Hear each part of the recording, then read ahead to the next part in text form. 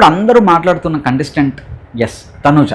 ఈ వీకెండ్లో నచ్చింది ఏంటంటే తనుజ కంఫర్ట్ జోన్ నుంచి బయటకు వచ్చింది, రిస్క్ తీసుకుంది అండ్ కొత్త డిషెస్ ట్రై చేస్తుంది. వాళ్ళ ఫ్రెండ్ చిన్నప్పటి నుంచి ఎంతో కాలంగా కలిసి పెరిగారంట, బెస్ట్ ఫ్రెండ్ అంట. తనుజాకి ఎప్పుడైనా వాళ్ళ పేరెంట్స్ నుంచి అయినా లేకపోతే బయట ఎక్స్టర్నల్ ఫ్యాక్టర్స్ నుంచి ఏదైనా ప్రాబ్లం వస్తే ఫస్ట్ తన దగ్గరికి వెళ్ళి షేర్ చేసుకుంటుంది. అంత బెస్ట్ ఫ్రెండ్ అంట.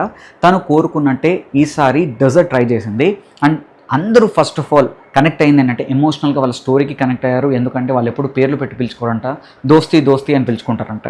నెక్స్ట్ థింగ్ ఏంటంటే తను ఏదైతే ఆ డెజర్ట్ ప్రజెంట్ చేసిందో ఒక చాక్లెట్ పాట్ లాగా చేసి దానిపైన పుదీనా ఆకులతో ఒక చెట్టులాగా ప్రజెంట్ చేసింది. అండ్ ఏదైతే ఆ ప్లేట్ కూడా ప్రజెంటేషన్ ఏదైతే ఉందో సూపర్గా ఉంది అండ్ ప్రజెంటేషన్ అదిరిపోయింది. చాలా చాలా బాగుంది. శ్రీదేవి గారు కానీ, సంజయ్ తుమ్మా గారు కానీ, అరుణ గారు కానీ, అలీ గారు కానీ ఆ ప్రెజెంటేషన్కి మాత్రం ఫస్ట్ ఆఫ్ ఆల్ సూపర్గా ఉంది అని అయితే మెచ్చుకున్నారు. అందరూ ఒకటే మాట అన్నారు, ఇలాంటి ప్రెజెంటేషన్ని మేము ఫస్ట్ టైం చూస్తున్నాము శ్రీదేవి గారు అన్నారు.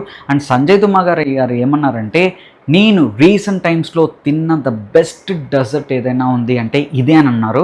సో ఒక బెస్ట్ షెఫ్ నుంచి ఇలాంటి మాట రావడం అనేది చాలా గొప్ప విషయం. And Tanuja absolutely nailed it. అని అందరికీ ఈ చాక్లెట్ది డెజర్ట్ అంత బాగా అనిపించినా ఆ ఫ్రైడ్ ఎగ్స్ ఏదైతే చేసిందో ఆ స్టఫింగ్ అంత బాగా అనిపించలేదు అండ్ బ్లాండ్గా ఉంది. ఇంకొద్దిగా సాస్ ఉండింటే బాగుండు అని శ్రీదేవి గారు చెప్పడం కానీ, అలీ గారు చెప్పడం కానీ వీటి వల్ల మార్క్స్ తగ్గాయి. అయినా 86 మార్క్స్ స్కోర్ చేసింది. స్ట్రాంగెస్ట్ పర్ఫార్మెన్స్ ఎంటర్టైన్మెంట్లో కూడా, పర్ఫార్మెన్స్లో కూడా.